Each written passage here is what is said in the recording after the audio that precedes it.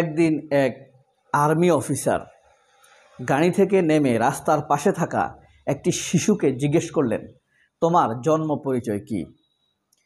শিশুটি কিঞ্চিত তার দিকে তাকিয়ে থেকে বলল, আমার জন্ম পরিচয় জিজ্ঞেস করার আগে আপনার জন্ম পরিচয় বলুন।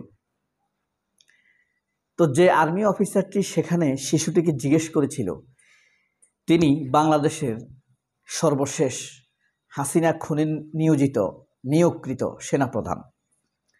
তো শিশুটি যখন বলল, আপনার জন্ম পরিচয় বলেন, তখন সে হতভম্ব হয়ে গেল। আপনারা কি তার জন্ম পরিচয় জানতে চান? তার আগে একটি গল্প বলি। একদিন এক প্রফেসর সিটি কলেজে ট্রান্সফার হয়ে এসেছে, চট্টগ্রাম বা অন্য কোনো কলেজ। আসার পরে ক্লাসে থাকে না দু একজন দুষ্ট ছেলে ফেলে, একজন তুমুল আকারে শীষ বাজানো।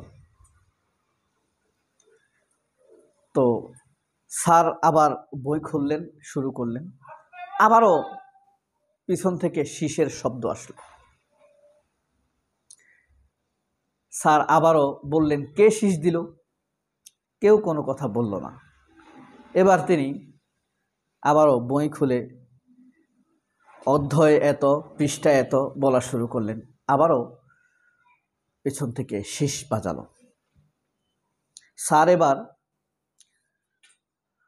বইটা টেবিলের এক কোণায় ছুঁড়ে মেরে, বন্ধ করে এক কোণায় ছুঁড়ে মারলেন, সামনের দিকে তাকালেন আর ফুল হাতা শার্টের বোতামটি খুলে হাতটা গুটিয়ে নিলেন। তিনি বললেন, আজকে আর পড়াবো না, যেহেতু তোমাদের আর মনোযোগ নেই, শীষ বাজাচ্ছ একের পর এক। তো তিনি বললেন, যখন পাবনা থেকে ট্রান্সফার হয়ে চট্টগ্রামে আসলাম, তখন নতুন জায়গা ভালো লাগছিল না, এদিক সেদিক গাড়িটা চালাচ্ছিলাম। পরে মাথায় আসলো, পেট্রোল পাম্পে গিয়ে গাড়ির তেল নিয়ে আসি, সকালে আর পেট্রোলের জন্য টেনশন করতে হবে না। পেট্রোল পাম্পে গিয়েই তেল নেয়ার পর বেরোবার সময় দেখলেন বৃদ্ধ একজন মহিলা দাঁড়িয়ে আছে। তাকে আমি গাড়ির গ্লাস নামিয়ে জিজ্ঞেস করলাম, আপনি কেন দাঁড়িয়ে আছেন এত রাতে? তিনি বললেন, গাড়ি পাচ্ছি না। তো তখন স্যার অর্থাৎ আমি তাকে বললাম যে আপনি চাইলে আমার হেল্প নিতে পারেন। তো তিনি পেছনে এসে বসলেন এবং গাড়ি চালাতে চালাতে এক পর্যায়ে তার বাসায় গেলাম। এত রাতে তিনি চা বানিয়ে খাওয়ালেন। চায়ে চুমুক দেওয়ার সাথে সাথে বললেন, আপনি কি করেন? আমি বললাম, আমি এই কলেজে শিক্ষক হিসেবে এসেছি। তখন তিনি বললেন, ওই কলেজে তো আমার ছেলে পড়ায়। তখন আমি বললাম, কিসে পড়ে, কি নাম? তিনি নাম বললেন না, কিসে পড়ে সেটাও বললেন না।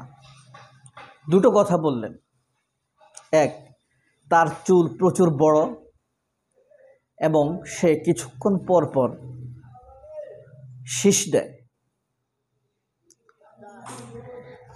এ কথা বলার সাথে সাথে, কিছুক্ষণ পর পর শীষ দেয়, এ কথা বলার সাথে সাথে ওই যে ক্লাসে যে শীষ দিয়েছিল সবাই তার দিকে তাকালো। স্যার বুঝে ফেলল যে এই ছেলেটাই শীষ দিয়েছে। এখন কি বোঝা গেল? কে এই শিশুটি? তো আরেকটি কথা বললেন যে স্যার, যে আমার ছেলেটি আমি পেটে ধারণ করেছি, তবে ছেলেটি আমার নয়, এটা এক্সট্রা ম্যারিটাল অ্যাফেয়ার্স চাইল্ড, অর্থাৎ তার মায়ের একটা পরকীয়ার সম্পর্ক ছিল, তার সাথে সম্পর্কের কারণে এই ছেলেটি হয়েছে।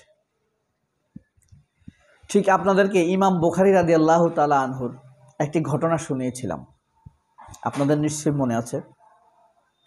মনে না থাকলে আবার একটু বলি। ইমাম বুখারীর এক শিষ্য ছিল। সে প্রতিদিন নামাজ পড়াতে গেলে কিছু শিশু তাকে চরমভাবে বিশ্রী ভাষায় কিন্তু তিনি হলেন শিষ্য হলেন মুরব্বী, আর বাচ্চাগুলা ছোট, ঝগড়া জাতীয় মানায় না, কিন্তু নিজের কাছে খারাপ লাগে, অপমান বোধও মনে হয়। তখন একদিন ইমাম বুখারীর কাছে বললেন যে এরকম কিছু শিশু আমার সাথে এরকম করে, আপনি যে মসজিদে নামাজ পড়াবার জন্য দেখিয়ে দিলেন, প্রতিদিন নামাজ পড়তে যায়, বাচ্চাগুলো এরকম করে। একদিন, 2 দিন, 3 দিন বলার পর ইমাম বুখারী বলল, 2 দিন তুমি নামাজ পড়াতে যাবে না, আমি নামাজ পড়াবো। তখন ইমাম বুখারী ওই পথ দিয়ে 2 দিন নামাজ পড়াতে গেলেন। এরপরে আবার তাকে বললেন, এবার তুমি গিয়ে পড়াও। তখন শিষ্য আবার নামাজ পড়াতে গেল। জিজ্ঞেস করলো, আজকে কি করেছে? তিনি বললেন, হ্যাঁ, আজকেও তারা এরকম করেছে। তখন তিনি বললেন, এখানকার অধিকাংশ শিশু জারজ সন্তান।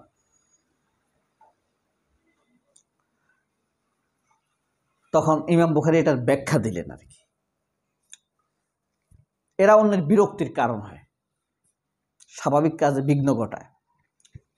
আমাদের রাষ্ট্রের বর্তমান স্বাভাবিক কাজে বিঘ্ন ঘটাচ্ছে কে? আপনার এই যে বিডিআর বিদ্রোহের বিচার হতে দিচ্ছে না, শেখ হাসিনার বিচার হতে দিচ্ছে না, গোলযোগ তৈরি করছে, মানুষের ক্ষোভকে মব বলছে, শেখ হাসিনাকে রিফাইন করে ফিরিয়ে আনার কথা বলছে, রিফাইন আওয়ামী লীগকে রাজনীতি করতে সুযোগ করে দেওয়ার জন্য হাসনাত আব্দুল্লাহকে চাপ দিচ্ছে। এই ধরনের কর্ম, অপকর্ম, ইউনূসকে অসম্মান করা, তারপরে আপনার অর্থনৈতিক সংস্কারে বাধা দেওয়া, জুলাইয়ের গণহত্যার বিচারে বাধা সৃষ্টি করা, অপরাধী সেনা সদস্যদেরকে আশ্রয় প্রশ্রয় দেওয়া, খুনি আওয়ামী লীগের আসাদুজ্জামান কামালকে আশ্রয় দেওয়া, বিদেশে যেতে সহযোগিতা করা, এসব কাজগুলো কে করছে বলতে পারেন? তার নাম কমেন্ট বক্সে লিখতে পারেন।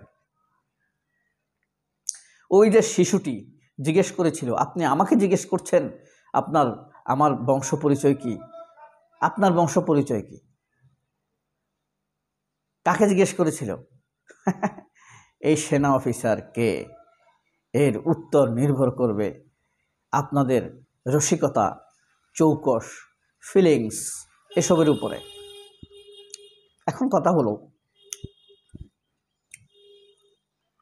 সব দুষ্ট আবার এমন না, ওই দুষ্টর ক্যাটাগরি আছে। এমন এক দুষ্টামি যেটার বিচারও হয় না। আপনাকে উত্তক্ত করবে, উত্তক্তকারী, অর্থাৎ উত্তক্তকারী শিশু। উত্তক্তকারীরাই হলো জন্ম পরিচয় সমস্যা। সবাই অনেক ভালো থাকবেন। আল্লাহ হাফেজ। আসসালামু আলাইকুম।